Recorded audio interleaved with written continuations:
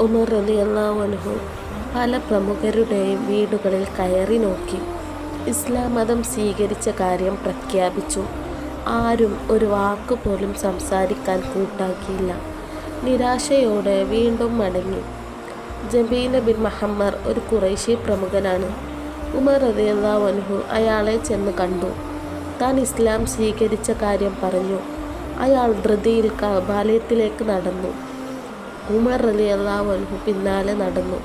ഇരുവരും കഅബയിലെ ആൾക്കൂട്ടത്തിലെത്തി. അവരോട് ജമീൽ ഉച്ചത്തിൽ വിളിച്ചു പറഞ്ഞു. ഉമർ പിയച്ചുപോയി. അത് കേട്ടപ്പോൾ ഉമർ റളിയല്ലാഹു അൻഹു പറഞ്ഞു, ജമീൽ പറഞ്ഞത് കള്ളമാണ്. ഉമർ സത്യമതം സ്വീകരിക്കുകയാണ് ചെയ്തത്.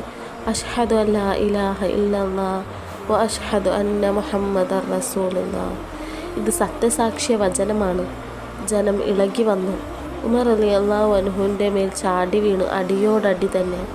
ഉമർ റളിയല്ലാഹു അൻഹു കൈവീശി അടിക്കുന്നുണ്ട്. കുറേ സമയം അത് തുടർന്നു. അതേസമയം ഒരു വയസ്സൻ ആ വഴി കടന്നു വന്നു. അയാൾ വിളിച്ചു പറഞ്ഞു, എന്ത് നാണം കെട്ട പണിയാണ് ഇത്? ഒരാളെ ഇത്രയും ആൾക്കാർ ചേർന്ന് ആക്രമിക്കുകയോ? അയാൾ സ്വന്തം ഇഷ്ടപ്രകാരം ഒരു വഴി സ്വീകരിച്ചു. അതിന് നിങ്ങൾക്കെന്താ നഷ്ടം? അതീയ ഗോത്രക്കാർ നിങ്ങളെ വെറുതെ വിടുമോ? അത് കേട്ടപ്പോൾ ആളുകളെല്ലാം പിരിഞ്ഞു പോവുകയാണ് ഉണ്ടായത്. ഉമർ റളിയല്ലാഹു അൻഹു ഇസ്ലാം സ്വീകരണം മക്കയിൽ ആകെ ചർച്ച ചെയ്തു.